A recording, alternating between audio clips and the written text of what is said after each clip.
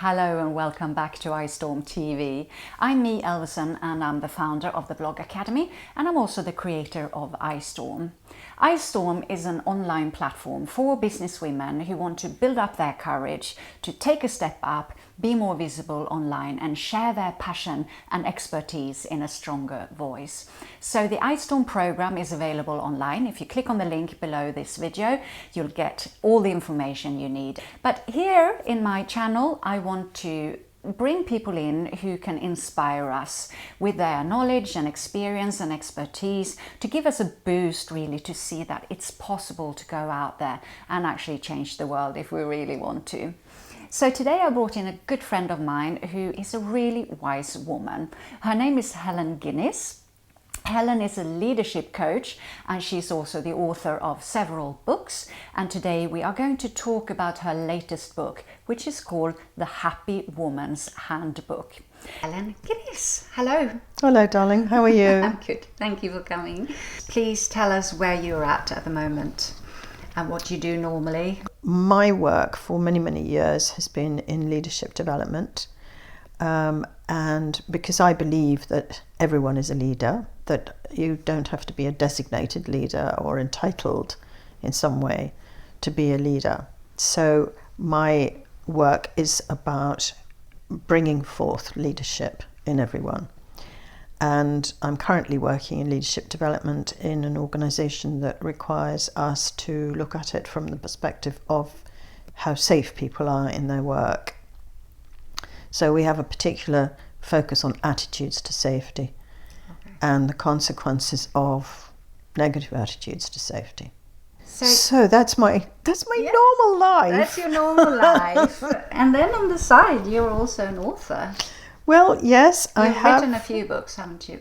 I have, yes. And the book I'm currently writing, or actually drawing to a close, finishing now, is a book specifically aimed at women between the ages of 40 and 60. So I think that's your kind of... It's very much the iStorm audience, and that's why I actually wanted you to share a bit about the book, because it sounds amazing. I think it will be really, really helpful for women to read it once it's out, but we're going to get a little bit of an insight into what it's about from a little preview. Yeah, a little preview. So what's it called? It's called The Happy Woman's Handbook. The Happy Woman's Handbook. So it's based on the notion that happiness is a matter of choice, and that happiness is indefinable. So my idea of happiness and your idea of happiness will not be the same. And this will be true for all of us. Each one of us as an individual will have our own definition of what happiness looks like. But it is also based on, as I say, this notion of a matter of choice, because a lot of it is down to what we tell ourselves. You know, the voice in your head that tends to govern your actions. Well, it's all about feeding the right information to that voice so that you then act out of what you desire and what you want to make happen, as opposed to acting out of your doubts and mistrust of yourself. Because happiness is available. Yeah. You define it as you want it. I have seen some of the poorest people in the world, in the most miserable circumstances, behave in a joyful manner, full of life and vivaciousness and extraordinary energy. So it isn't to do with circumstances. Yeah, absolutely. And I wrote this just the other week about the women in Uganda I just visited. How happy they were, how much joy they had. We laughed out loud so much. They have nothing. They have absolutely nothing. And with the stories they have and the experiences, the horrendous situations they've been through, it's just remarkable how they still can be so joyful. We can't always choose to be joyful. It's not as simple as that. But we can learn to be more joyful and find happiness in a better way, I assume. Is this handbook a guide to how to access? Exactly. Yeah. When women reach I mean, this is not for every single woman, obviously, but around about the age of 40, you may have got to that point in your life where your kids are old enough, if you have children, to look after themselves a wee bit. And 40 is quite a major watershed in women's lives. And you may be beginning to enter menopause, or, you know, that may be going on for you. So change is afoot, basically. And it may be a moment when you start to question what's for you, what's next, where are you going to go, what are you actually doing with your life? Is there something different that you want to do? Are you actually fully expressed in life? All those sorts of questions, I think, come up. There are quite a lot of them of an existential nature, but also just the practicalities of how are you going to fulfill whatever your next mission is. And so the book addresses that moment in your life, if you like. Each chapter is dedicated to one particular subject. So we cover a number of different subjects, from building your self-esteem and your self-confidence, to communication skills, to relationship skills, to how you look and present yourself, to your how you manage your funds, your money, your business, and ending up with what's your legacy, what do you want to leave behind? And that is often a really interesting question to ask yourself at this point in your life. It can often be a guide as to what you need to do or want to do and where you want to go in order to leave that legacy. And it might sound a bit pompous and a bit self-indulgent, but it isn't actually. It's such an important part of knowing ourselves, of identifying our purpose, and of acting out of our purpose. And this is where I would, if I may, quote Simon Sinek. I don't know if you're familiar with Simon Sinek, but he wrote the book Start With Why, which has been invaluable to so many people. Once you've got that, then you can start to express it. Yeah. And it is no longer about what you do, because what I do, it doesn't tell you anything about me. No. But my purpose might. You know, so my why, which I'm very happy to share with people, is to challenge assumptions so that people can find their own integrity, their own authenticity, if you like. We all make assumptions about ourselves. We all make assumptions about life. Now, some assumptions are really important, like, you know, if you stand in front of a bus, it's moving. However, we tend to make an awful lot of assumptions that don't serve us at all, particularly about ourselves. You know, I'm this, I'm that, so on. I mean, if you keep telling yourself negative stuff, that is what is going to then come out. It feeds your actions and it feeds your behaviour. It feeds your communication. It just feeds everything. I refer back to the why in my training as well, because it's so important for a brand to know their why and to present the why rather than the what as well, and to have a vision and the purpose, and all of that is very, very important in business. But what we sometimes forget, we can be very good at doing that in the business, but when it comes to ourselves, especially for women, it's not the same thing, because we don't think it's allowed. So when we come to be a personal brand, when it is very much about us stepping out there and talking about the why, which is very deeply connected in our core values, in our passion, and what we want to share, our expertise is founded in that. That's when it becomes, when we have these blocks. And I think it's more common for women to feel like that than men, and that's hey, why iStorm is here, because I want to try and release those blocks for women to feel that they're entitled to share their passion and expertise, and be brave enough to step up and do that. And when they do, they often do it so beautifully. Absolutely, so because beautifully. it is more authentic, it feels authentic, and that's more trustworthy as well and credible, rather than someone who's just talking because they're selling something that they don't actually really care for. Exactly. Finding our own authenticity, finding our integrity. And when I use the word integrity, I'm talking from a holistic perspective. You know, it's not just, are you an honest person? No. It's the whole notion of integration. So that every part of you slots into every other part of you and makes a meaningful whole, and then you have integrity. And we need to challenge our assumptions in order to find that integrity, that sort of groundedness, that, you know, feet on the ground, rooted into the power of the feminine. Yeah, let's talk a little bit about the power of the feminine. Yes, early days of feminism come straight back into my mind when I used to be on every march and every protest, and joined groups and all sorts of things that I used to do. Very necessary at the time. What bothers me now is that women have needed to adopt masculine behaviour in order to get to where they wanted to get to, quite, you know, as they rightly should. Get to, by the way, I don't mean rightly should emulate masculine behaviour.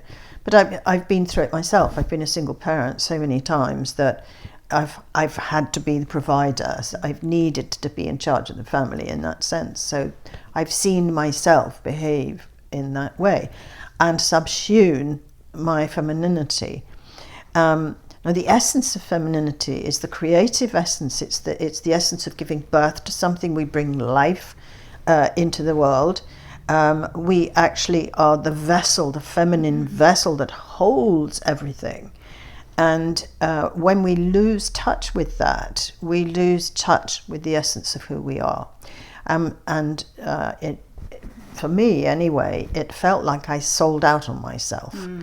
And I was no longer being authentic because I was feeling that I had to be a more masculine kind of driving force, more ambitious in a world that at the time wasn't particularly my world. And since I've stopped that to a great extent, I've been able to get in touch with the gentler side of me, the calmer side of me, the more compassionate side, the more empathic. This is bang on the same thing for me. Trying to make my way forward as in a very masculine way, in the film industry, as a photographer, as a single mom, until only a few years, very recently, where I found this whole shift. Finding my feminine, or allowing myself to have a feminine side and show it the way I want it. And it doesn't have to be, you know, all flowers and pretty, and it's not about that at all. It's finding your alignment and what works for you, but without that hard, very sort of forceful masculine way, which often doesn't work for women at all, and more than anything, it just burns us out. Well, it does, and it's damaging, which is that's the worrying part. You know, once you damage your feminine, it's much harder to heal, and damage can occur, of course, in a number of different ways. But when you're subsuming who you really are, then you are causing yourself damage. It's a form of abuse, actually, self-abuse. I know that sounds a bit strong, but there is something of that in it. It's about discovering who you are, in the sense that who do you want to be going forward in order to fulfill whatever it is that you want to fulfill. So if you suddenly decide, going back to the book momentarily, if you want a career change, you know, then this may be the moment when you start to question, am I in the right job? Is this job really giving me what I want? Am I actually fulfilling my potential? Or am I just have I got stuck here? Yeah. Doing an excellent job, I've no doubt, but got stuck. And the quality isn't there anymore, you know. And I think this, you mentioned legacy, that it sounds so grandiose. It sounds like we have to to build a town hall to leave a legacy behind, which is not necessarily always what you have to do, because it can be on a completely different level. But also, again, for women to feel that they are entitled to want to do that. Oh, no, it's not for little me to leave a legacy. You know, I'm just here to be a mother. That's my main job. But if we do have a clear focus on what it is that we want to leave behind, then it will also be easier to find our way there and focus on that. Indeed. And I mean, the question that it's rather hackneyed question these days, but the question, do you want to make a difference? What difference do you want to make? Making a difference, which is so often overused these days. But it is actually about that. It's where do you want to make a difference? Yes. Where do you want to create an impact? Yeah. What do you want to change, if you could, so that it could be a different way beyond your survival, if you like, you know? If you can summarize something from the book, can you have you got any little advice or snippets that you could put forward to our viewers? It just sounds, you know, I'm sorry, it just sounds like you probably heard it all before, and nevertheless I feel strongly enough to want to repeat it. You know, trust yourself. If there's anyone who knows about you, it's you. If you have doubt, do everything you can to still those doubts. Monitor your inner dialogue, monitor how you instruct yourself. Check your language. We are so irresponsible about the kind of language that we use. We use negative language, we use mildly abusive language to ourselves and of course sometimes to other people, but particularly we do damage to ourselves because we're not responsible about how we speak to ourselves. If you were nurturing a child, how would you speak to that child? Well, you're doing the same thing. This is you. It's your inner child that you need to take care of. Be gentle, be kind, be loving to yourself. And in being that, in giving yourself a chance, in accepting yourself for who you are, warts and all, and believe me, I know all about them, you will open the doors to all kinds of potential happinesses. I've reached this age now, being over 70, I care less what people think. Not that bothered. Don't like me, cool. Plenty of other people do. So I'm more focused on what actually works for me. And I think that's what's important, is do what works for you. If you're doing what works for you and you're happy, then everything that you exude from that space is going to be positive. Brilliant. Thank you so much. You're so welcome. Thank you. Thank you.